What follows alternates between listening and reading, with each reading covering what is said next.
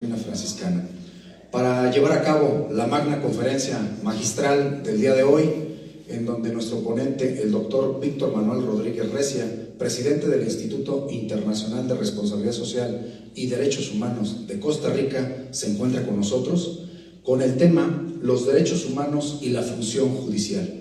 Me voy a permitir solicitar su valiosa presencia, así como la presencia de nuestro coordinador para esta actividad, el licenciado Eric Manuel Estrada Rascón, juez en el estado de Chihuahua y presidente de la Comisión de Promoción, Protección y Difusión de la Autonomía e Independencia Judicial.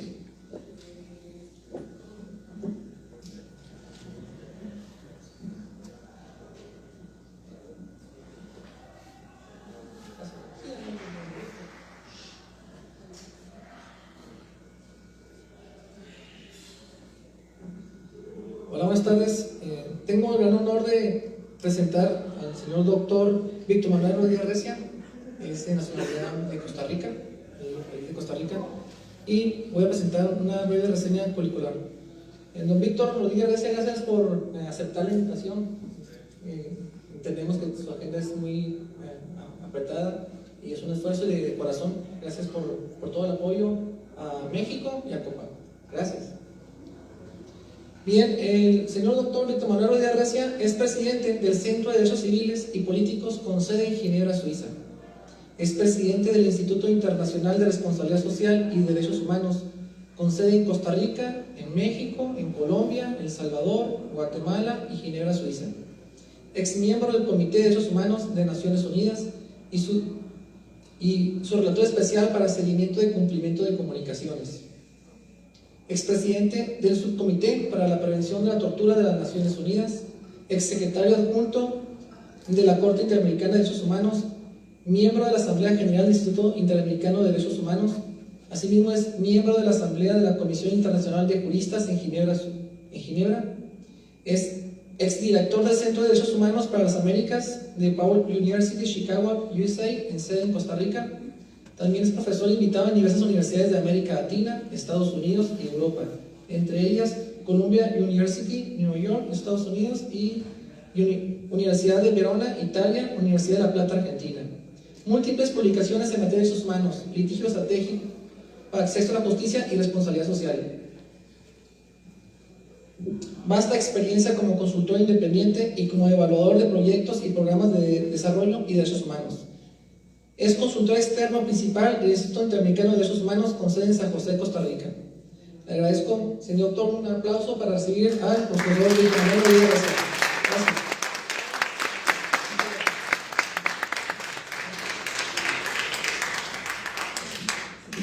Muy buenas tardes a todos y todas. Es un gusto para mí compartir, más que conocimientos, experiencia alrededor del tema que me han asignado, que es derechos humanos y justicia, y celebro que hayan estudiantes. Yo digo que después de que me escuchen, la mitad se va a interesar por seguir en el derecho y tal vez la mitad se arrepientan de estudiar derecho.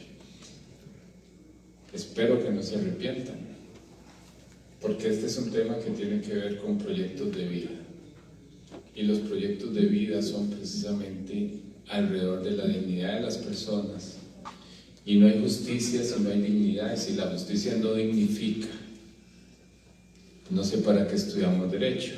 Entonces, yo les voy a platicar de eso. Antes quiero alabar la ciudad preciosa. Desde 1982 yo viajo acá periódicamente, tenemos oficina acá, pero nunca había venido a Tlaxcala, y me ha encantado caminarla, se respira tranquilidad. Es un bonito lugar. Otro lugar que compite, doctora, de esos pueblos mágicos que hay en Colombia.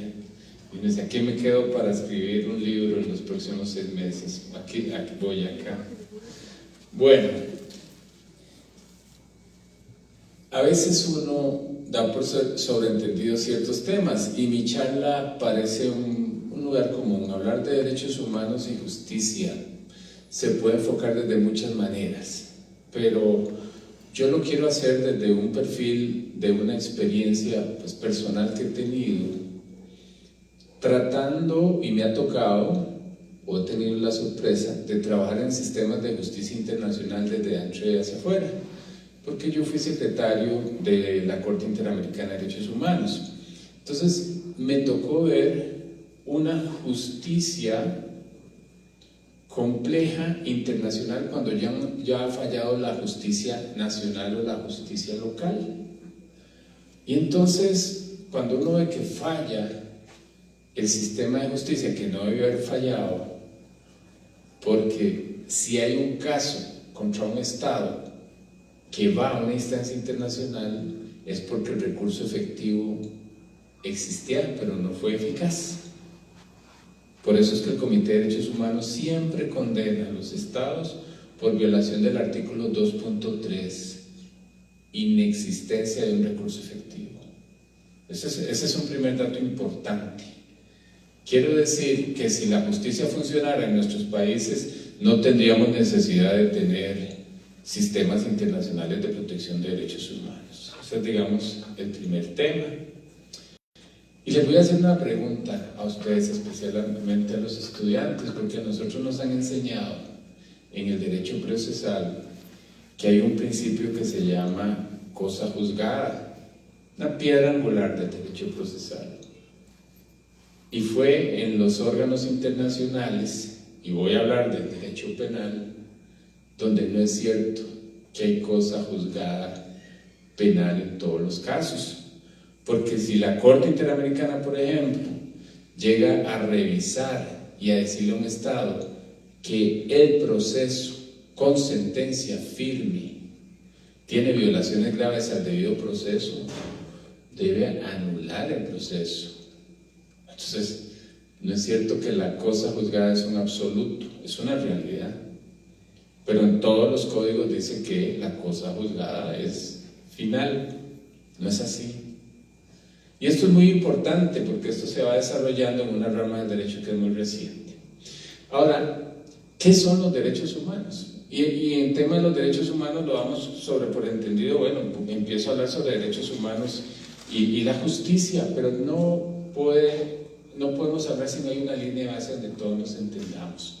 Los derechos humanos no son, voy a empezar diciendo que no son los derechos humanos.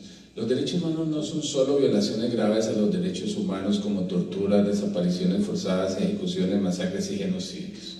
Eso es una dimensión de las peores formas de violación de derechos humanos, que son delitos de lesa humanidad, y hasta muy poco, desde 1998, pues, se creó una Corte Internacional de Justicia para ver eso. Pero cuando a alguien le hablan de derechos humanos, en su mente lo primero que le resalta es ese tipo de violaciones de derechos humanos. Pero los derechos humanos es mucho más que eso, y los derechos humanos no son un monopolio de los abogados y abogadas. Los derechos humanos es la realización de la vida digna de los ciudadanos y ciudadanas, de los habitantes, más bien sin importar la nacionalidad, donde el Estado tiene que poner a disposición de todos nosotros una capacidad instalada a través de políticas públicas para que nos podamos desarrollar como niños, como niñas, como adolescentes, como adultos mayores, como personas con necesidades diferentes. Y esos derechos, eso sí se complejiza porque el Estado tiene que garantizar esas necesidades que pueden ser servicios básicos, derechos sociales, sindicales, salud, educación, trabajo, y no solo derechos individuales, como mi vida, mi integridad personal, etc. Entonces, los derechos humanos es un saco enorme que sí tiene que ver con una lucha de sangre histórica y de conquistas. Los derechos humanos no son gobiernos que benévolamente nos reconocieron derechos, son conquistas que costaron sangre. La Carta Magna de 1215 es un referente europeo, porque los derechos humanos, la doctrina es muy eurocéntrica. Entiendo que el profesor Zaffaroni precisamente ayer dijo que no es cierto, y es cierto que no es cierto. Es cierto que en las Américas hay precedentes muy importantes, como también en España, en la colonia y antes de la colonia y antes de la conquista. Pero el mundo en las Américas no inició en 1492. Ya había un derecho prehispánico que pervive hoy. Se llama derecho propio. Es el derecho de los indígenas. Ellos históricamente han resuelto sus conflictos no con códigos, no tienen códigos, sino a través de consejos, usos y costumbres que les permite a ellos resolver por tradición y por experiencia los conflictos a través de unos principios no escritos, principios éticos. Eso se llama cosmovisión, cosmogonía indígena, de la cual, pues, en las facultades de Derecho no nos enseñan absolutamente nada. Por lo menos a mí no me lo enseñaron. Eso por un lado. El concepto de derecho propio lo lo inició una antropóloga colombiana, Esther Sánchez Botero, una amiga antropóloga. Y esos son los usos y las costumbres, y eso no hay que codificarlo. Dejemos eso por ahí. Lo que les quiero decir, que cuando el doctor Zaffaroni les habló ayer de Fray Bartolomé de las Casas como un referente importante por la lucha de los derechos de los indígenas, eso es cierto. Pero no voy a sabotear esa parte. Pero Fray Bartolomé de las Casas no hizo lo mismo por la negritud, la esclavitud.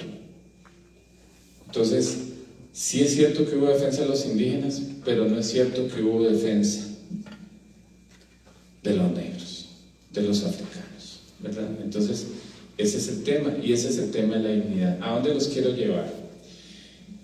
Que los derechos humanos no se deben definir, se deben caracterizar. Y se deben caracterizar a partir de lo que ustedes puedan explicarle a su hijo de 5 años de qué son los derechos humanos. Y ustedes no le pueden decir a su hijo de 5 años que derechos humanos son derechos inherentes a la persona humana por su condición de tal, porque no lo entienden. Y tampoco les pueden decir qué es Estado, porque no saben qué es un Estado. Entonces, los derechos humanos hay que vivirlos, hay que respirarlos, pero en función de esa dignidad, mi dignidad que se proyecta cuando yo me respeto a mí mismo, no torturando al otro. ¿Por qué hay tortura? Hay tortura porque no está tipificado como delito. Hay tortura porque hay una cultura de violencia. Y si yo soy un torturador, es porque no me respeto mi dignidad, porque torturar al otro es torturarme a mí mismo como parte del género humano. Vean la película La Historia Oficial, una película argentina muy buena. Un militar que tiene doble vida, ¿sí? Un militar que tortura, buen padre, aparentemente buen esposo, etc. Pero torturaba. ¿Me explico? El torturador desprecia su propia dignidad. Ese es un tema. La dignidad es central para definir eso. Probablemente ustedes ya están más enredados de la idea que tenían de derechos humanos de lo que les estoy planteando en términos de una confusión. Yo caracterizo los derechos humanos como aquellos derechos, pero también aquellas situaciones, condiciones necesarias para que todas las personas, sin discriminación alguna, tengamos un proyecto de vida digna. Y el Estado, que es el principal violador de los derechos humanos, es el principal llamado a respetarlos y a garantizarlos.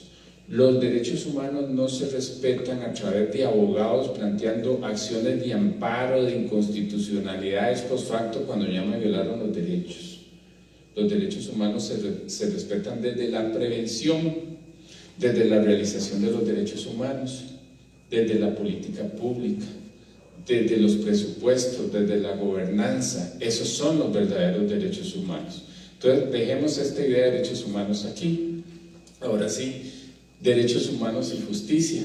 Esto es muy difícil. ¿Qué es justicia? ¿Qué es lo justo? Y entonces nos venden una idea en la Facultad de Derecho. Ustedes me van a ver criticando mucho las facultades de Derecho. Vamos a ver después si tengo razón o no. Y el concepto de justicia empieza por una justicia igualitaria y por una gran mentira: todos somos iguales ante la ley. Si eso fuera así, sería aburridísimo, porque el mundo no es igualitario. Todos somos diferentes por dicha. Sería muy aburrido ser diferentes. ¿Podemos ser iguales en la diferencia? Sí, eso se llama equidad.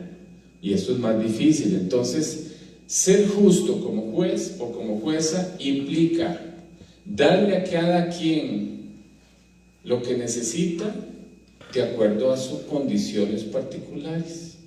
Eso se llama la justicia distributiva de Aristóteles. Me encanta Aristóteles, solo que Aristóteles también promovió y defendió la esclavitud, pero digamos que en la teoría está muy bien. O sea, yo me apunto con el concepto de justicia distributiva. La justicia distributiva es una justicia diferenciada, una justicia inclusiva. Y entonces vámonos un poquito, rebobinemos hacia atrás más bien y veamos cuál es el papel de la justicia en un Estado de Derecho, porque hoy preguntaron eso. Hoy una persona le preguntó al panel anterior que qué se necesitaba para hacer, que si esto era Estado Social de Derecho, ¿qué se necesitaba hacer Estado Social de Derecho? Y necesitamos tanto para hacer Estado Social de Derecho, que lo que tenemos es un Estado de Derecho o un Estado Social de Derecho, pero en la Constitución, letra muerta. Si ustedes sientan aquí al presidente López Obrador, a Maduro, a Trump cuando era presidente, al presidente de mi país, y les hace esa misma pregunta, todos le van a decir la misma respuesta: sí tenemos Estado de Derecho, y nos van a mandar a leer la Constitución de Colombia, que es maravillosa, o la de Ecuador, y todas dicen que somos Estado de Derecho, y todas van a decir que hay independencia de poderes. Y en la Facultad de Derecho, la primer clase, Derecho Constitucional, Derecho Público, y a ustedes que son estudiantes ya les han dicho Estado de Derecho, división propia, y le van a mencionar el republicanismo, y le van a hablar de John Locke, y le van a hablar de Montesquieu, y le van a hablar de Rousseau, y le van a hablar de contrato social. Es doctrina de 250 años, de 300 años, que la leemos, la oímos, pero no la procesamos ni vivimos. Les hago una pregunta: ¿hay Estado de Derecho en sus países? Ahora se las voy a dificultar, se las voy a poner más difícil. ¿Hay Estado Social de Derecho en sus países? La respuesta es no, no suficiente. Hay intentos, hay un marco normativo, hay tratados internacionales, hay una Carta Democrática Interamericana que dice que hay que ser democráticos, que tiene que haber procesos electorales. Y entonces aquí nos van a hablar, como dice Ruber Carías, un excelente publicista venezolano, que está viviendo autoasiliado en Nueva York porque lo han perseguido en Venezuela, acusado de golpista. Nada más falso que eso. Y a los que conocen a Alan Ruber Carías, él describió las garantías objetivas del Estado de Derecho. Es el que más ha escrito de eso. Y él habla de la triada. Y él dice: no puede haber democracia si no hay derechos humanos. No hay Estado de Derecho tampoco si no hay democracia ni derechos humanos. Si falta uno de estos pilares, le falta una pata al banco. Está fácil, ¿verdad? Ok, sí le falta una pata al banco, o media pata.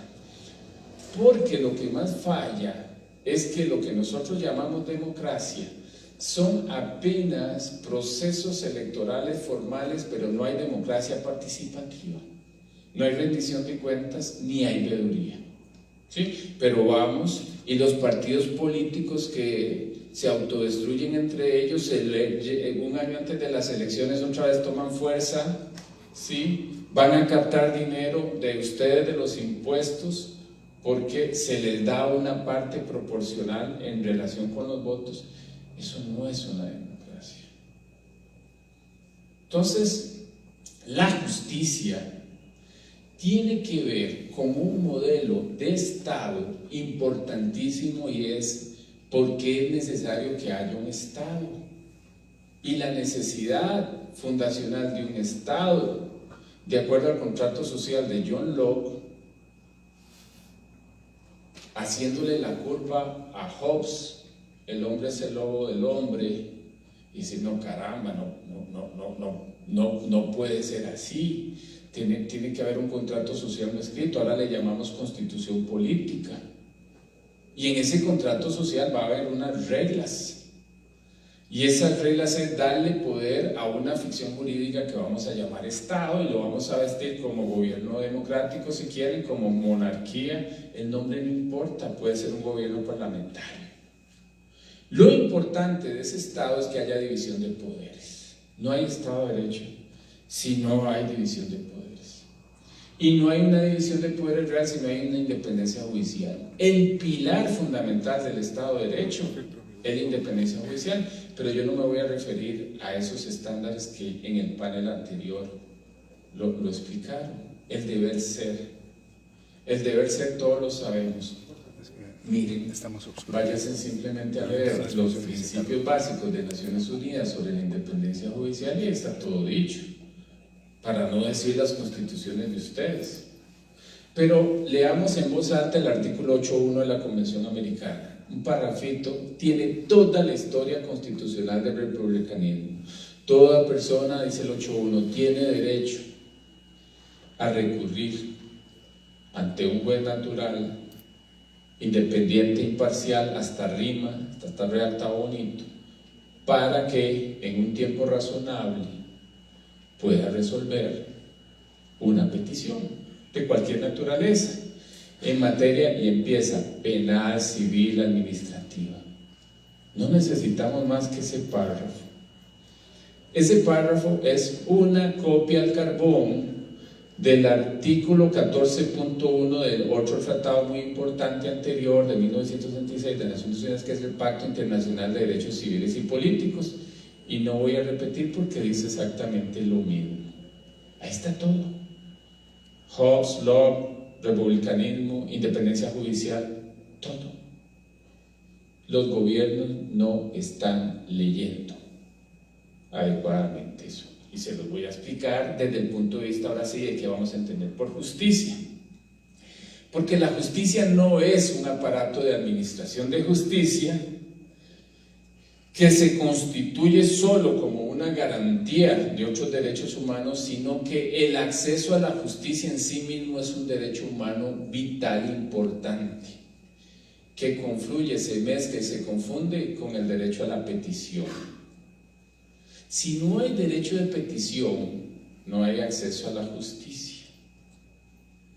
Y si no hay derecho a la justicia, todos los derechos humanos que queremos canalizar a través del derecho de petición se cae como un juego de naipes. Entonces, el Estado, para que funcione, nos vendieron una idea que es más o menos lo siguiente, ¿sí? Miren, como los seres humanos somos tan caóticos, anarquistas y desordenados, y nos matamos entre nosotros, vamos a poner un árbitro. Ese árbitro le vamos a llamar Estado, no importa la forma de Estado que tenga. Y ese Estado, que lo escribimos en un contrato social, en un principio no escrito y después sí lo escribimos en la Constitución, le vamos a poner límites. ¿Y por qué le vamos a poner límites? Porque se volvió un leviatán, un monstruo. Tenía tanto poder, le gustó el poder, se engolosinó con el poder, que la persona ya era insignificante. Ese monstruo de Estado no respetaba nuestros derechos, pero nos pedía además condiciones para funcionar. Dos cosas vitales. ¿Para qué es importante, vital el Estado y por qué no? ¿Y cuáles son las instituciones del Estado que no se puede privatizar? La justicia, el Poder Judicial y los cuerpos de seguridad. Para eso existe el Estado. Ese es un Estado mínimo. No puede haber un Estado si no hay una garantía de seguridad. Pero como siempre nos salimos del canasto y somos siempre violentos y no entendemos, pues violentamos los derechos de los demás. Y entonces tiene que haber una justicia que nos va a regañar, nos va a reprender, nos va a castigar y nos va a pedir reparar. Ahí empieza un concepto de una justicia ex post facto, una persona togada que nos genera un temor y hay todo un sistema represivo a la par. Y está la policía que debería prevenir y no solo castigar o reprender el delito y la violencia. Y eso se llama, para hacerlo bien, política pública criminal, prevención del delito y la violencia. Y ahí entonces empezamos a llenar a este Estado, que es como un árbol, y le empezamos a poner ramas y necesidades, y un nombre más amplio, Estado Social de Derecho. ¿Qué tiene que ver esto con México? ¿Por qué es tan importante México para el derecho y el derecho constitucional? Porque en este país se creó una figura muy importante para proteger los derechos humanos a través de la justicia, el recurso de amparo, que es muy distinto a otros amparos latinoamericanos. Los principios son los mismos, la operatividad procesal es un poco diferente. En Colombia se llama tutela, en el resto de Latinoamérica se llama amparo. En algunos países hay un habeas corpus para un derecho específico que tiene la libertad. En México no tienen habeas corpus, pero sí lo tienen a través de un amparo especial. Mandato de aseguranza en Brasil, no importa el nombre que le pongamos. Es una garantía rápida de la justicia cuando el Estado violenta los derechos humanos. Entonces, ¿quién viola los derechos humanos? En principio, el Estado. ¿Y qué pasa cuando un particular viola los derechos humanos? Y uno dice, no, me mató, violó mi derecho a la vida. No, comete un homicidio, para eso hay un derecho penal. ¿Me explico? O sea, la justicia de los derechos humanos tiene que ver con dos esferas que giran en contrario. La libertad de todos nosotros para hacer todo lo que nos es permitido y no es delito. Ustedes pueden hacer lo que quieran, que no sea violentar los derechos de los demás. Y ustedes se mueven ahí, no pasa nada. Nacen, viven, crecen, mueren, no van a ir a la cárcel nunca si respetan como deberes el respeto ajeno. Benito Juárez, ¿verdad? La otra esfera que gira en contrario es el Estado. El Estado no funciona a través de la libertad. Le pusimos una camisa de fuerza porque era un leviatán, era un monstruo. Y entonces los límites al poder son nuestros derechos humanos. Entonces el Estado funciona al revés. El Estado solo puede actuar a través del principio de legalidad, solo lo que les es permitido a través de la ley. Si se sale de ahí, hay una violación del principio de legalidad, el imperio de la ley. Todo esto suena muy fácil en la norma, en la historia, pero la construcción de estos principios a través de la justicia nos lleva a un escenario de que la justicia de los derechos humanos es una justicia más amplia que el poder judicial. Entonces empecemos a desenredar ese tema de la justicia. Justicia no es sinónimo solo de poder judicial. Hay una justicia ampliada que es la preventiva.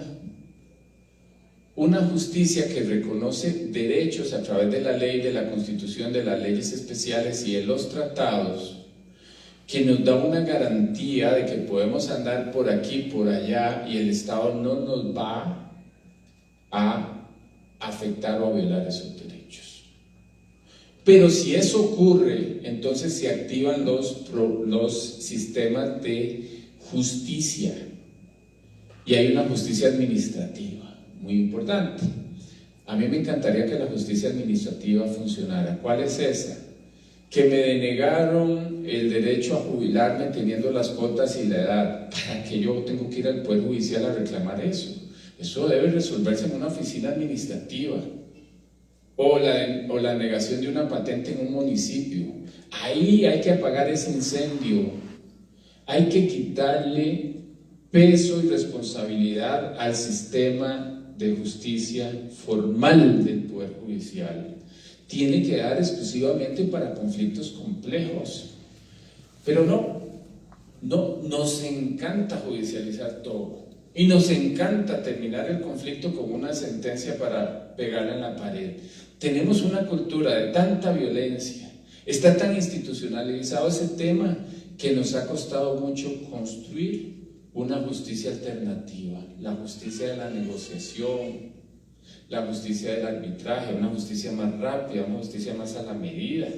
México es uno de los países con más tardíos procesos de implementación de procedimientos no adversariales. Entonces, cuando hablo de justicia, hablo de la justicia preventiva, hablo de la justicia administrativa y en último lugar, la justicia formal, el Poder Judicial. Ahora, ese Poder Judicial, esa justicia, ¿cómo camina? A través de jueces y juezas que andan con una toga y con bucles a los cuales hay que respetar ciegamente porque tenemos que respetar las sentencias porque las sentencias se defienden solas. O sea, nos han inculcado una serie de principios en ese sentido. No estoy de acuerdo con esa sentencia, pero la respeto. Eso está bien. Eso está bien si la sentencia estuviera bien. Si la sentencia realmente está, como decía hoy nuestra profesora colombiana, ¿cómo se aplica y interpreta el derecho? Con seriedad, con análisis, con pruebas, con indicios, con valoración, con interpretación del derecho. Hoy lee uno cada sentencia, y voy a mencionar una, no sé si Zaffaroni la mencionó, de Ecuador, un caso de sentencia contra el expresidente Correa, el caso Sobornos, invocando un principio que nadie conocía, o que por lo menos desde 1930 a alguien se le había ocurrido mencionar, y tiene que ver con influencia psíquica. O sea, hoy jueces condenaron al expresidente Correa por su influencia psíquica, donde otros actores materializaron supuestamente un delito. Yo la llamo la sentencia esotérica. Y es una sentencia que lo que me preocupa más es que el Tribunal de Apelación la mantuvo y Casación la mantuvo. Entonces eso nos está llevando a un deterioro de la institucionalidad del Poder Judicial a partir de un fenómeno mundial, pero lamentablemente muy claro hemisférico. Tiene un nombre que todavía no ha sido validado, se llama lawfare o la guerra de derecho. Yo lo llamo politización de la justicia. Politización de la justicia. Es cuando no hay independencia judicial. Es cuando el Poder Judicial, que es el que tiene que defender la independencia judicial, renuncia y se deja cooptar. ¿Quién hace peor? ¿El que coopta o el que se deja cooptar? En el cambio de la justicia, perdónenme, el que se deja cooptar. ¿Por qué? ¿Para qué soy juez? ¿Para qué estudie derecho? ¿Para qué juré sobre la Constitución o sobre los tratados o sobre todo para decir que iba a aplicar en justicia? Pero ante una llamada del Ejecutivo me asusto, me achicopalo. Entonces vamos a usar la filosofía popular mexicana, el Chapulín Colorado. Sí, para que lo entiendan bien. Si hoy la Suprema Corte no está defendiendo la independencia judicial en este país y en otros países, pero estoy hablando de este país, porque el presidente de la República en todas las mañaneras le da palo a jueces en público con nombre y apellidos, porque absuelven a una persona, porque le aplican medida alternativa justificada y los señala como corruptos y no hay un proceso disciplinario del Consejo de la Judicatura, y el presidente de la Corte Suprema no sale a defender a sus jueces y no le dice, oiga, como hizo el presidente de la Suprema Corte de Estados Unidos cuando Trump empezó a atacar allá a un juez de distrito que le dijo, no voy a aplicar esa directiva de aplicar discriminatoriamente la ley contra gente musulmana, porque eso es en contra de la Constitución de los Estados Unidos. Y entonces Trump se va contra el juez del distrito y le dice al presidente, párela ahí. Bueno, ¿saben cuántas veces López Obrador se refiere a jueces con nombre y apellidos? Y el amedrentamiento que se llama el chilling effect, oiga, pero para que escuche Juan, ¿qué es lo que van a hacer los otros jueces que si saben que si aplican la justicia les puede pasar eso en un amparo o en una acción de inconstitucionalidad o en una suspensión que sabemos claramente que va a afectar los intereses del gobierno, como en la construcción del Tren Maya o lo que sea? Pero yo no estoy hablando de política, yo estoy hablando de aplicar la justicia desde un estatuto de dignidad. Pero el presidente de la Corte, Saldívar, con todos los nombres y apellidos, hace muy lindos TikTok sobre la quiniela del mundial. Lo han visto, ¿verdad? Lo conocen. Bueno, ¿y por qué no hace un TikTok de 20 segundos refiriendo a estos ataques cotidianos del Poder Judicial? Entonces el Chapulín Colorado, ¿y ahora quién podrá defenderme al Poder Judicial? Bueno, Zaffaroni tiene una frase muy bonita, que es la siguiente: el juez es el último bastión, el último límite al abuso de poder, el abuso de poder de otros poderes. ¿Cuál es el funcionario más importante en un Estado de Derecho? ¿El presidente de la República? No, él se cree. Es el juez. ¿Por qué es el juez más importante? ¿Quién tiene la última palabra en una democracia? ¿Quién le enmienda la página al Ejecutivo? ¿Quién le enmienda la página al Congreso? Y dice, no, mire, esa ley es inconstitucional, o ese proyecto va mal. Es el juez. Pero cuando yo hablo del juez, no estoy hablando del juez de carne y hueso, que es el que representa en ese momento la justicia, es el aparato de la justicia. Todo. Secretarios, actuarios, todos los que apoyan el proceso. Y el juez personifica la legitimidad de esa resolución. El principal funcionario en un Estado de Derecho es la judicatura, para que nos entendamos. Por eso tienen que tener un buen salario, pero ese salario no es un privilegio, es porque tienen que sortear todas las amenazas y los ataques desde otros poderes. Entonces la justicia y la independencia judicial tiene dos vertientes, una que se llama la independencia judicial objetiva y otra es la independencia judicial subjetiva. La subjetiva es cuando desde el mismo Poder Judicial internamente se generan presiones hacia todo el aparato judicial, sobre sus jueces, etcétera, etcétera. Lamentable. Pegarle una llamada a un juez para que resuelva de una manera, desde el mismo Poder Judicial, etcétera, etcétera. Muchas cosas que se pueden decir y pasar. Esa es una.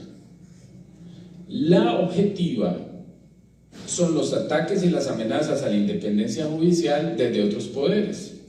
Puede ser la Asamblea Legislativa diciendo, voy a aprobar esta ley sin consulta con el Poder Judicial, una nueva ley orgánica que le va a quitar poderes para esto, esto y lo otro.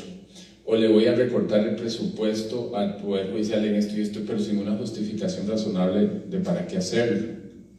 O sí, si no resuelven así, les rebajo el presupuesto. Si no resuelven así, les voy a bajar el salario. Todo eso pasa aquí y pasa en otros países.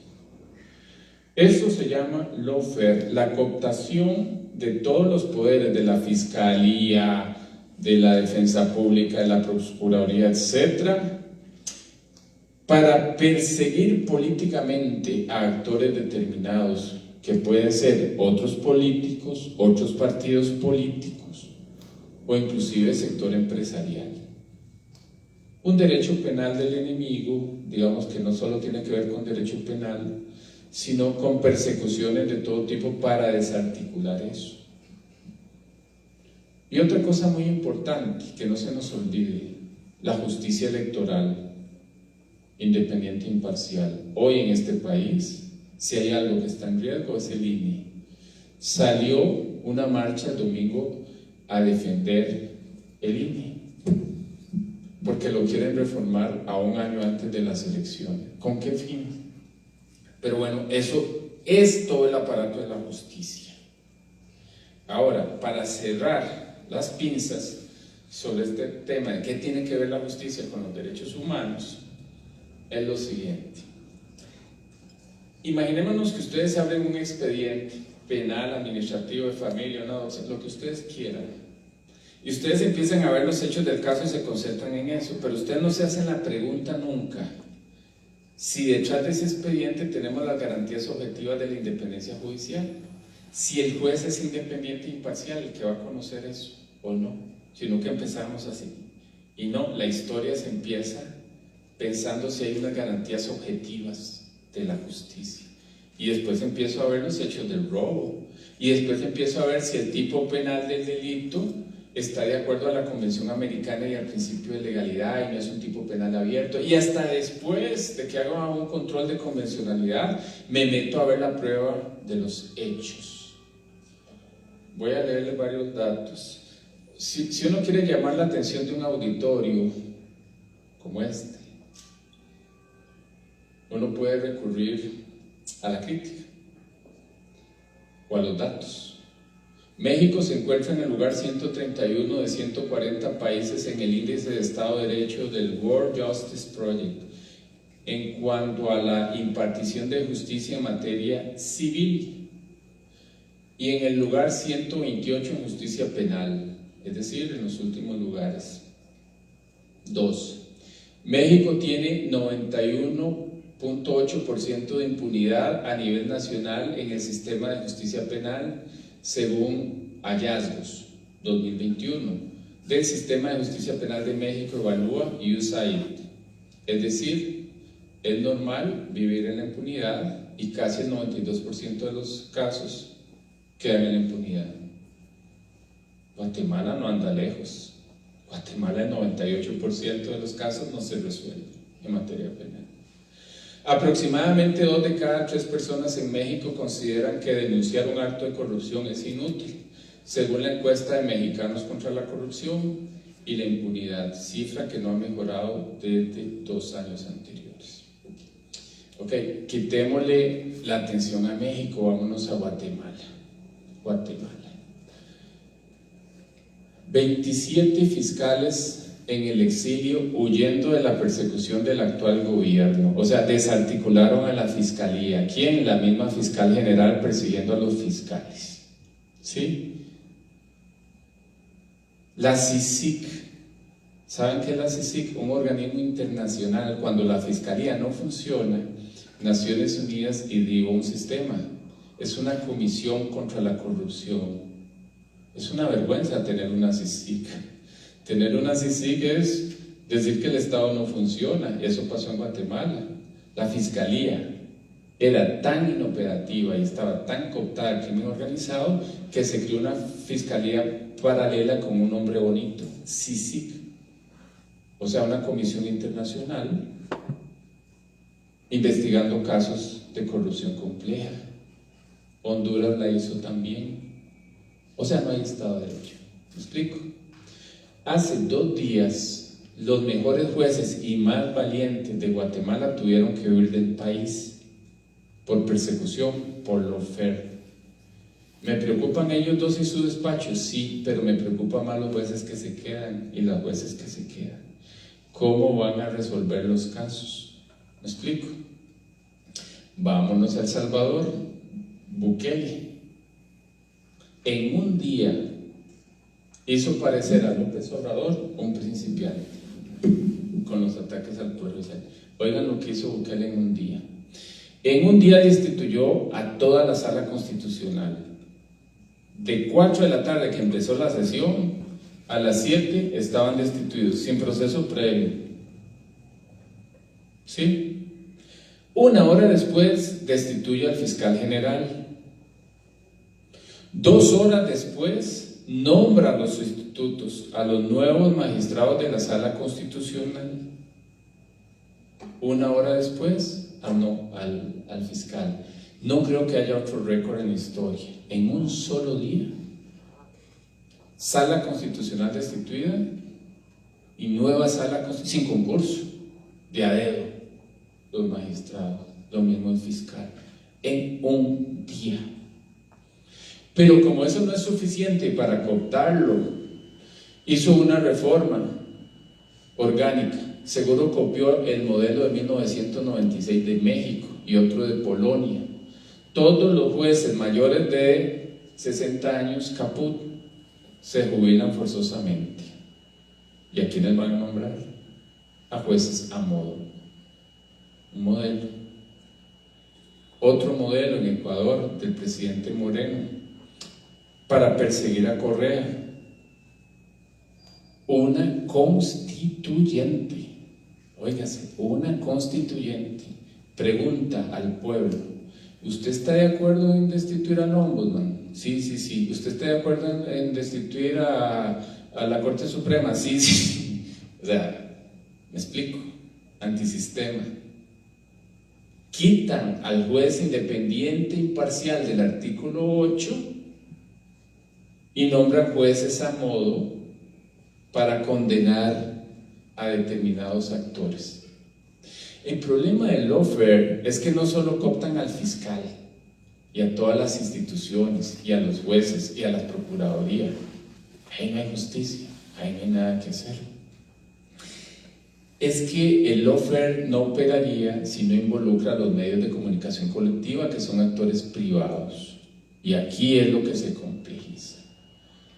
Y cuando nosotros litigamos casos y decimos, es que los medios de comunicación condenan anticipadamente a las personas sin un juicio previo, ¿sabe qué dice la Corte Interamericana?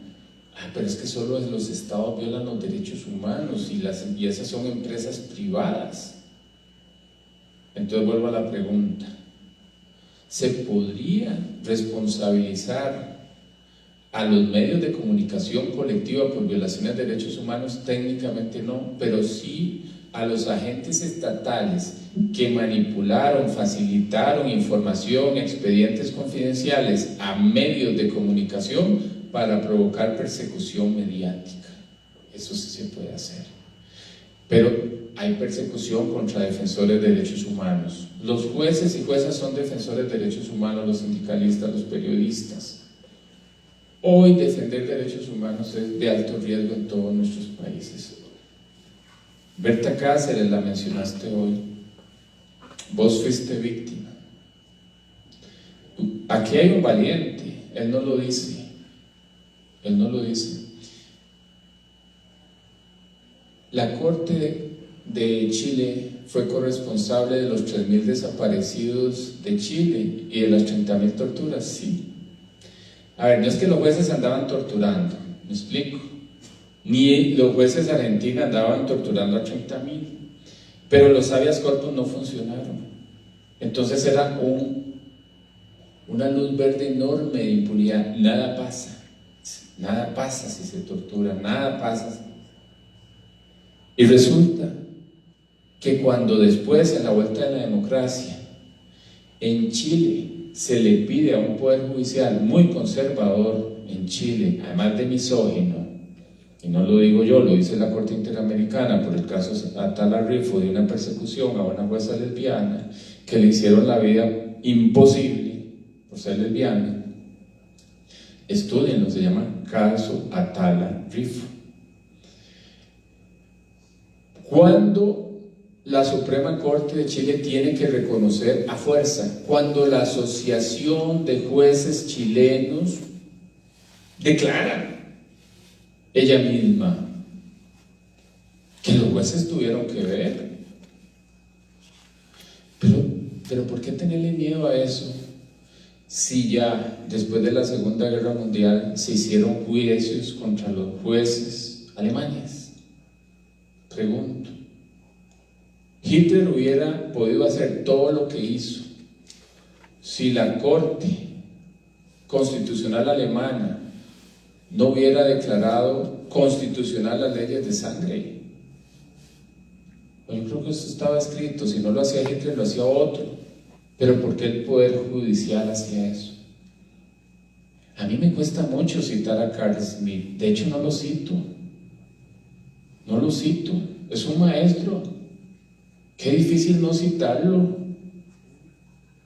pero me niego a citarlo.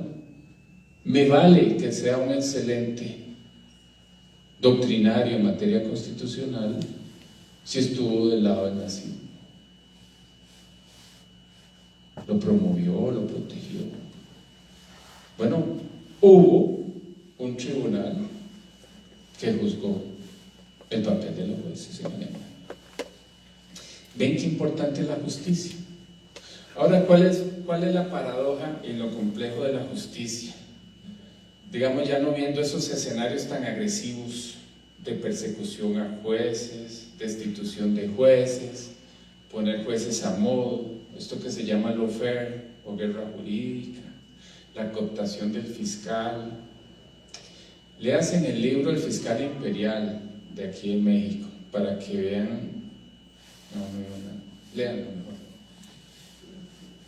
Quiero volver a mi casa tranquilo. Es muy fácil en México abrir un expediente con un delito falso. Nada más necesitamos 2 testigos falsos que me acusen de un delito que no tenga excarcelación. Aquí en México hay, más bien casi que lo ordinario, prisión preventiva oficiosa.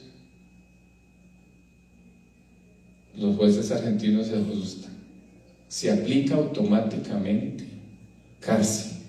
El juez no puede valorar la libertad si a mí me acusan por un delito que expresamente está en el artículo 19 de la Constitución. Tenemos demandado a México en la Corte Interamericana, hay un caso reciente y hemos ganado 3 ante el Grupo de Trabajo sobre Detención Arbitraria, diciendo que no puede haber prisión preventiva oficiosa. El juez tiene que estudiar cada caso concreto y verá qué decide. ¿Me explico? Coacción y amenaza, me acusan 2 testigos falsos y voy para el bote y de ahí no salgo. ¿Sí? Eso pasa aquí. Entonces hay un contagio hacia ese tema. Lo dijeron hoy en la mañana, hay un festín punitivo. Todo quiere ser delito, todo hacia prisión oficiosa, bajar la edad penal, hacia eso nos enfrentamos, ¿verdad? Ahora, hablemos en bonito, digamos que hay un Estado de Derecho, que hay un Estado social de derecho, que no hay lawfare. Es complicado administrar justicia en términos de derechos humanos. ¿Por qué? Porque la independencia judicial, ¿para quién es? ¿Para el juez? No. El juez cree que es para él. Y lo es un actor, es un instrumento. La independencia social es para mí, para el usuario. O sea, la garantía es, óiganla, toda persona tiene derecho a un juez imparcial. El juez imparcial es para mí. ¿Me explico? Para que yo vaya con seguridad jurídica a resolverlo. Ahora, el juez tiene que ser imparcial, tiene que ser impoluto. Y obviamente la independencia judicial es para el togado, pero para que se refracte hacia mis derechos en el acceso a la justicia. Y eso a veces se olvida. Entonces, a mí me duele cuando el pueblo no sale a defender la independencia judicial, porque el pueblo no está entendiendo. No está entendiendo nada. El pueblo tiene que salir a defender la independencia judicial porque es la garantía para ellos, para nosotros, para todos. Ok, vámonos a un escenario de que hay independencia judicial, etc. Todos somos iguales ante la ley. Eso dicen las constituciones, pero no es cierto. Yo necesito, si soy mujer, si soy indígena, si tengo discapacidad, si yo soy una persona en una situación de vulnerabilidad, la justicia suya como común denominador no es lo mismo de una justicia para un indígena. Eso se llama acción afirmativa o justicia diferenciada, y eso es muy complicado. Eso tiene que ver con política pública. En el caso de la niñez y la adolescencia es el mejor ejemplo de cómo sí se practica una justicia diferenciada, porque hay jurisdicción especial para menores, hay defensores públicos especializados en temas de niñez y adolescencia. Si un niño, un adolescente comete un homicidio, no se dice que cometió un delito, se dice que está en conflicto con la ley. Eso es muy complicado de entender si no se explica bien. Pero no se le puede aplicar la justicia penal ordinaria a una persona menor de edad. El Salvador tenía un proyecto de ley para reducir la edad penal a los 12 años y condicionada esa responsabilidad penal a un peritaje psicológico. ¿Se pueden imaginar eso? Se aprobó la ley. Logramos declararla inconstitucional, pero entienden el camino, entienden la tendencia. Entonces, la justicia diferenciada no pasa por crear tribunales especiales para los indígenas, tribunales especiales para la mujer con enfoque de género, tribunales especiales para el medio ambiente, tribunales especiales para personas privadas de libertad, tribunales especiales para adultos mayores. Eso sería una locura. Es que yo he escuchado en Honduras, ¿por qué no creamos tribunales especiales de derechos humanos? Pero si los derechos humanos son todos. La justicia de derechos humanos tiene que ser transversal, o sea, el juez civil, la jueza civil, tiene que saber de derecho agrario y tiene que saber que en el marco del derecho agrario hay problemas de territorio de pueblos indígenas donde hay que aplicar el convenio 169 de la OIT y los principios y la sentencia de la Corte Interamericana que dice que la posesión vale por título en temas de territorios indígenas. Pero a mí en la Facultad de Derecho me dijeron que no. A mí en la Facultad de Derecho, y ustedes van a tener que construirlo, pero ya sé con la profesora, porque en el derecho civil y en derechos reales a mí me dijeron que en títulos, en bienes inmuebles, la posesión no vale por título, solo para los bienes muebles. Y ahora viene la Corte Interamericana y dice que en el caso de los territorios indígenas, la posesión histórica vale por título y no importa si está registrado o no está registrado y no tiene que tener un título complicado. Y en derecho registral me enseñaron que para registrar una marca o una patente tengo que ser yo como persona o como sociedad, pero en el caso de los pueblos indígenas tienen rituales, colores, bailes, trajes y todo que no se inscribe. Y si se los van a inscribir, se lo van a rechazar porque es propiedad colectiva. Y van a decir, ¿y eso cómo lo registramos? ¿Me explico?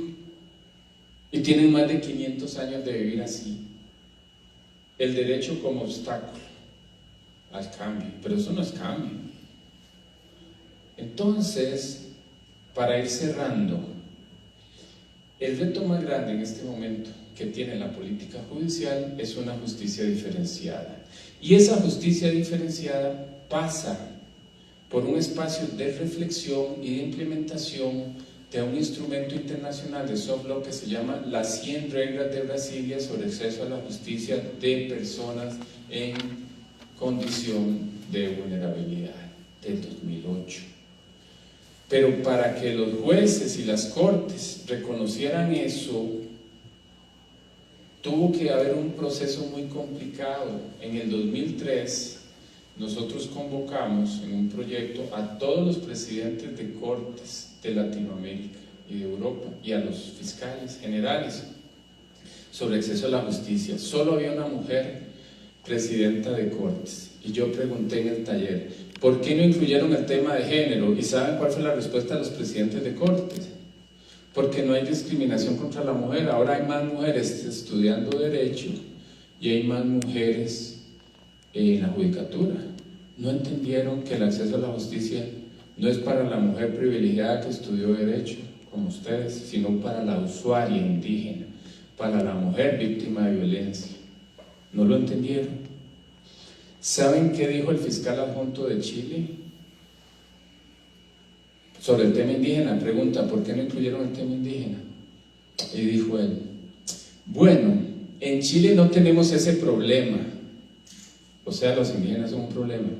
Pregunto, ¿y los mapuches, que hoy los están declarando terroristas en Chile? Los mapuches que pararon la construcción de una represa hidroeléctrica en el caso Ralco, no existen.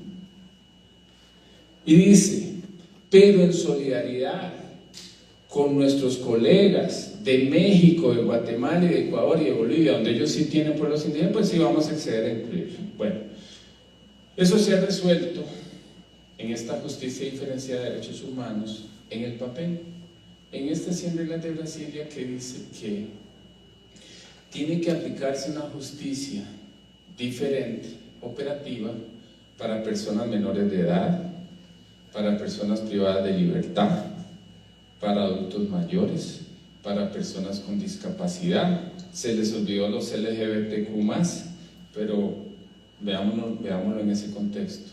Hoy hay una tarea muy importante para hacerla. ¿Qué nos toca a nosotros? Sensibilizar desde donde estemos, como profesores, como estudiantes, como jueces, como litigantes, como defensores de derechos humanos, a hacer valer el derecho humano más importante, más supremo, que es el acceso a la justicia. Y saber pedir, y saber reclamar, y saber presionar de manera estratégica, para que las nuevas sentencias sean dignas, sean decorosas, y que si me rechazan los argumentos, yo pueda decir, qué bien, perdí el caso, lo tenía que perder. El juez me está dando una lección. Eso pasa, eso es justicia. Justicia no es ganar los casos. Justicia puede ser tener una sentencia en contra, pero que uno diga, chapó, no vi eso, este juez resuelve bien, estoy de acuerdo, aunque perdiera. Eso es su acceso a la justicia. Eso no es justicia formal. Y el reto principal, para cerrar, es una frase de Jeschik con la cual yo suelo cerrar muchas charlas de este tipo, y es: no merece el derecho el que no lo ejerce todos los días. Muchas gracias.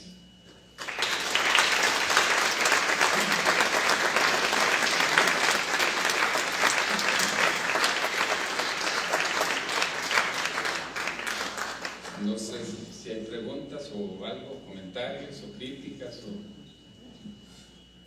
¿Todo bien? Bueno, muchísimas gracias.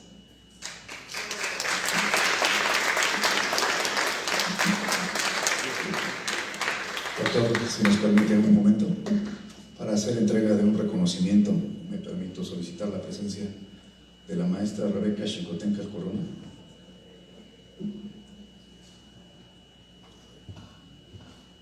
Ya le iba a reclamar el ratón.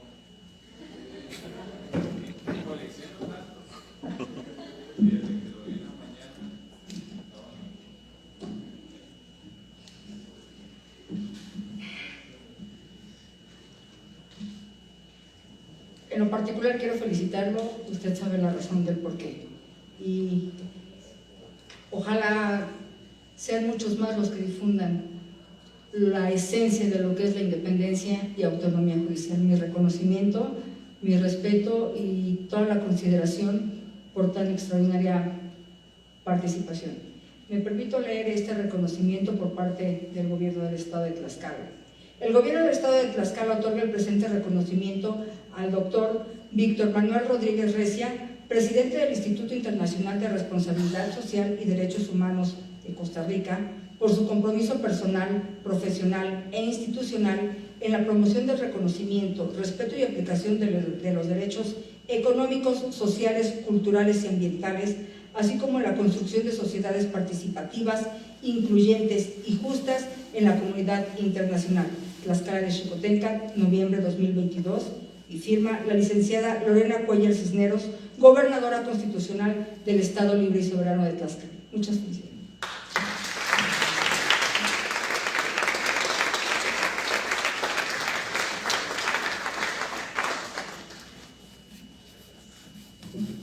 se hace entrega también de un programa simbólico del Estado de Texas.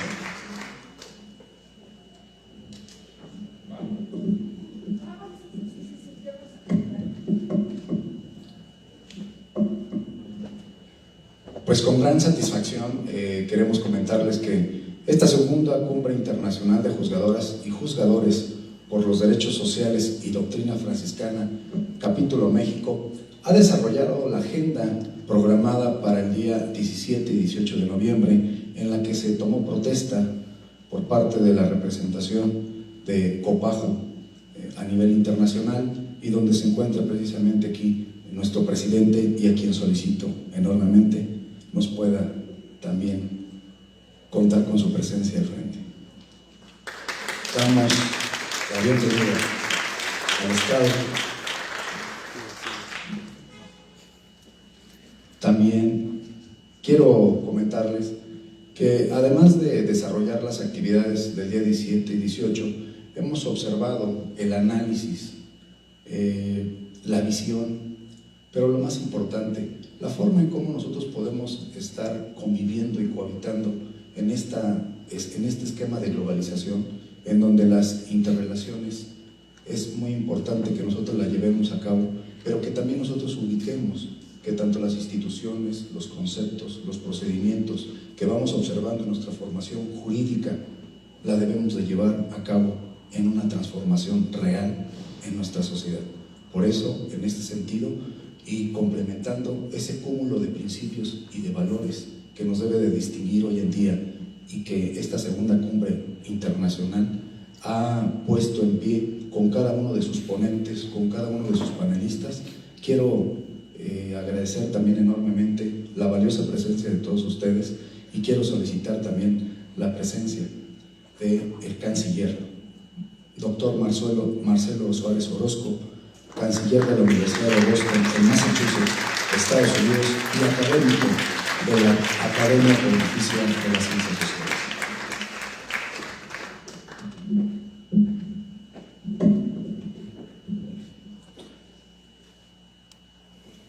Para llevar a cabo los trabajos de la clausura, voy a ceder el uso de la voz a la maestra Rebeca Xicotenca Corona para que nos dirija su mensaje.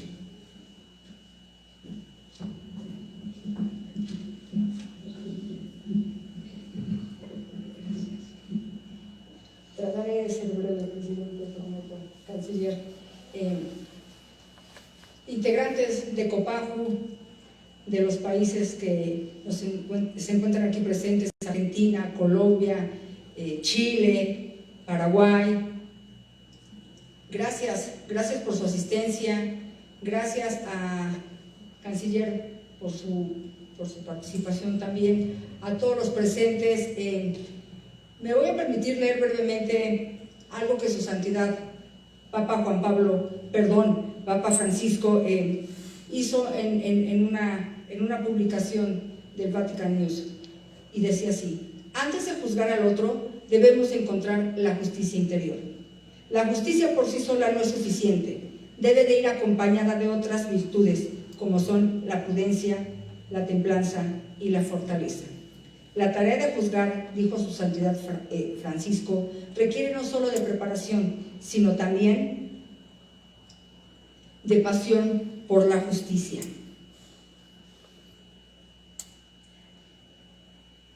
Requiere no solo preparación y equilibrio, sino pasión por la justicia y conciencia de las grandes obediencias, responsabilidades del juicio. Hace muchos años estaba yo en una preparación para ser juzgadora, y una magistrada decía bien: la única persona facultada para juzgar, válgase el foro, es Dios. Algo bueno vieron en nosotros, que nos nombraron juzgadores para juzgar a nuestros semejantes. Hagamos conciencia de esa alta distinción y esa alta responsabilidad que tenemos como juzgadores. Seamos conscientes que todos estamos en un supuesto de en algún momento poder estar igual que el otro, siendo juzgados, siendo perseguidos. Seamos humanos con el otro, y como siempre lo digo y lo diré mientras Dios me preste vida, que nada del humano nos sea ajeno. Gracias por permitirnos hacer posible esta segunda cumbre en el estado de Tlaxcala. Gracias, presidente. Gracias, canciller. Gracias, compañeros de Copaju, y que sigamos trabajando y trascendiendo a favor de toda la humanidad, que nada del humano nos sea indiferente. Muchas gracias.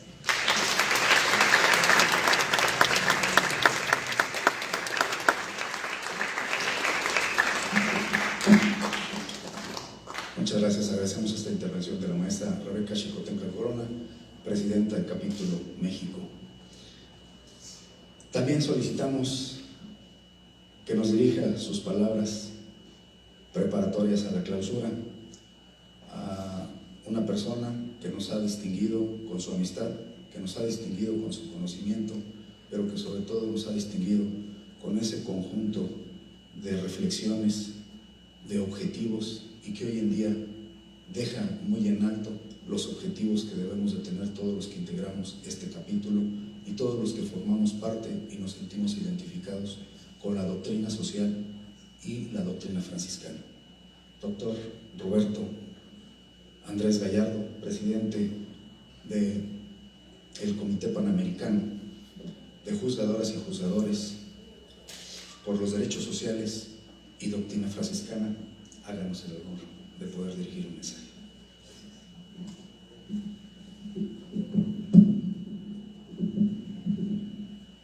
Bueno, buenas tardes a todas y todos. Hemos llegado al final de este encuentro con la satisfacción de que se ha concretado el nacimiento del capítulo mexicano del Comité Panamericano de Juezas y Jueces por los Derechos Sociales y la Doctrina Franciscana. En mi nombre y en nombre de todos los integrantes de la Junta Directiva de la organización y del resto de los capítulos que componen Copaju, saludamos el nacimiento en el día de ayer, 17 de noviembre, de este capítulo que es trascendente, que es importante, que es central para nuestra organización. Creo que todos nos llevamos muchas reflexiones, muchas certezas, muchas dudas. También la autocrítica que como Poder Judicial nos tenemos que hacer en cuanto a cuál es el papel que hasta el presente hemos desempeñado, cuál ha sido nuestro compromiso real con nuestros hermanos en cada uno de nuestros países, cómo ha sido posible que pasaran las cosas que ocurrieron en cada uno de los estados, porque estamos todos transversalizados por una historia muy triste de empobrecimiento, de expoliación, de endeudamiento, de saqueo, que es la causa real de la pobreza estructural de nuestra región. Y es la causa estructural de la pobreza también del continente africano. Y esos procesos obviamente no pudieron haber ocurrido si, pese a la existencia de todo el plexo normativo, los poderes judiciales en su conjunto no hubieran sido cómplices de eso. Y nos tenemos que hacer cargo, porque cuando planteamos que el pueblo no comprende y que la independencia del Poder Judicial es una premisa para la sociedad, también tenemos que entender que si el pueblo no sale a la calle para defender a los jueces es porque tan bien no nos hemos portado. Y hablo por lo menos por mi país. En lo que a mí respecta, la historia del Poder Judicial argentino tiene mucha deuda con su pueblo, muchísima deuda. Ojalá Copaju, a través de la palabra de Francisco, que nos invita y nos convoca a poner el oído, nuestro oído en el pueblo. Ahí está la razón de la justicia, en nuestro pueblo. Las formalidades las podemos encontrar y decimos siempre en la Facultad de Derecho de la UBA, hay dos bibliotecas. Hay dos bibliotecas, siempre para justificar alguna postura. Nunca se olviden de eso. Es posible racionalizar cualquier decisión. Cualquier sentencia puede tener excelentes fundamentos normativos, pero no cualquier sentencia puede ser justa, puede dignificar al hombre y puede ser comprometida con su pueblo. Entonces ahí es donde tenemos que poner el foco, no perder el horizonte, no perder la luz que nos dan personas como la de la talla del Papa Francisco, que tiene una gran sabiduría y un gran anclaje con la popularidad, con el pueblo. Él siempre entendió el Evangelio a través de la expresión popular. Lo sabemos quienes compartimos su actividad como cardenal en la ciudad de Buenos Aires durante más de 20 años, lo sabemos quienes hemos seguido sus prácticas más que sus discursos. Y sus prácticas son lo que sus discursos son. Pero empecemos por ahí, por las prácticas. Feliz México, que viva México y que tengan ustedes en su capítulo la templanza, el valor y la verdad de todo lo que marca la doctrina franciscana y la lucha por los derechos sociales. Muchísimas gracias.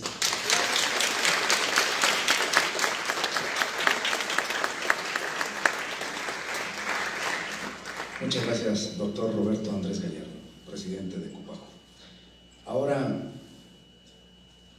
vamos a dar el uso de la voz a una persona que, además de su carisma, contemplando también su gran visión de lo que viene siendo ese encuadramiento de la filosofía con el aspecto estructural, pragmático, pero que también lo podemos nosotros aterrizar en el aspecto personal. Hoy podemos decir que el doctor Marcelo Suárez Orozco no nada más brinda ese conocimiento, brinda también esa calidez y esa calidad humana que nos ha distinguido en estos días, estar contando con su presencia aquí en México y estar contando también con su presencia directamente en Tlaxcala. Muchas gracias, doctor Marcelo Suárez Orozco, canciller de la Universidad de Boston, en Massachusetts, Estados Unidos, y académico de la Academia Pontificia de las Ciencias Sociales, a quien le solicitamos que nos dirija su mensaje y lleve a cabo la clausura de la segunda Cumbre Internacional de Juzgadoras y Juzgadores por los Derechos Sociales y Doctrina Franciscana.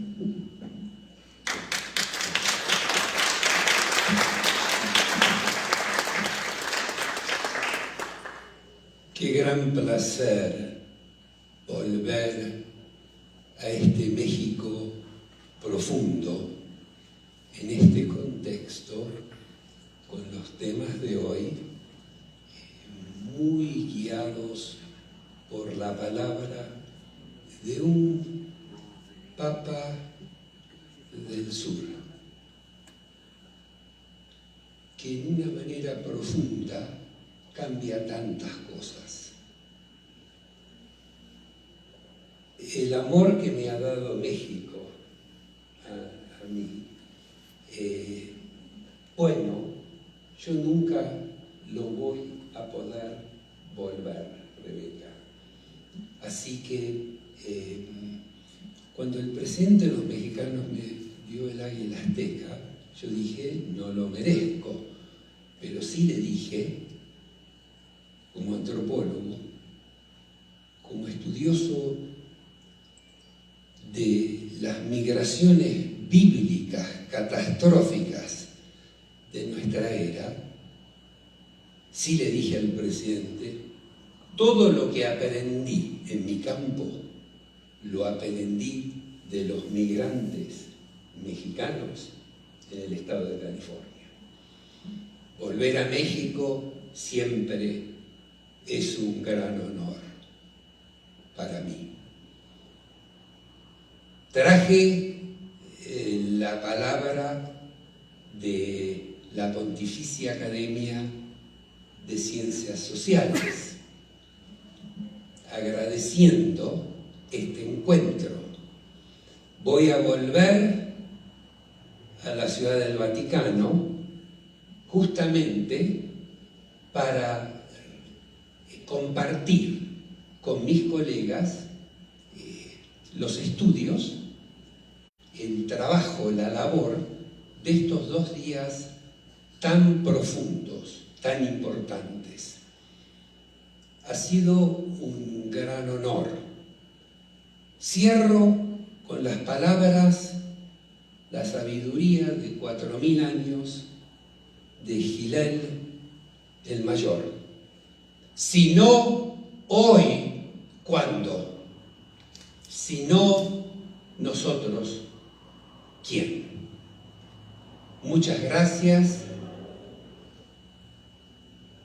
y que viva este México profundo que le ha dado tanto al mundo. Muchas gracias, buenas tardes.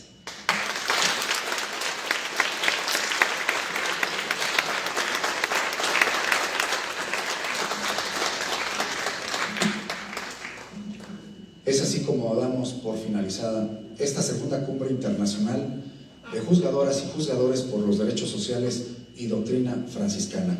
Muchas gracias a todos nuestros juzgadores, magistrados que han hecho posible el desarrollo de estos trabajos, pero también agradecemos enormemente la valiosa participación de todos los que se encuentran presentes y han estado al pendiente de las actividades. También queremos agradecer enormemente a todas las personas que nos siguieron en esta transmisión desde el día de ayer, el día de hoy, a través de las redes sociales y las plataformas electrónicas donde se ha estado llevando a cabo la transmisión en vivo y de forma directa. Agradecemos también al equipo técnico, a todos los colaboradores que han estado contribuyendo y apoyando, así como a todos los integrantes del Capítulo México. Muchas gracias a todos ustedes y agradecemos también al gobierno del estado de Tlaxcala la hospitalidad y todas las facilidades para la realización de este magno evento. Que tengan ustedes muy buena noche, muchas gracias y nos vemos en la tercera cumbre.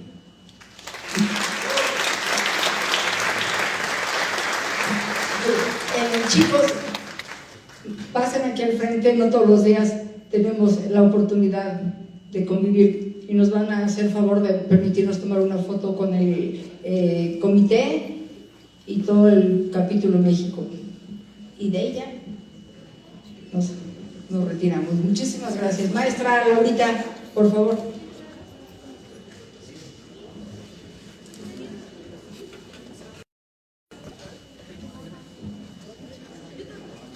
Nada más foto panorámica, chicos, chicas, le echamos velocidad.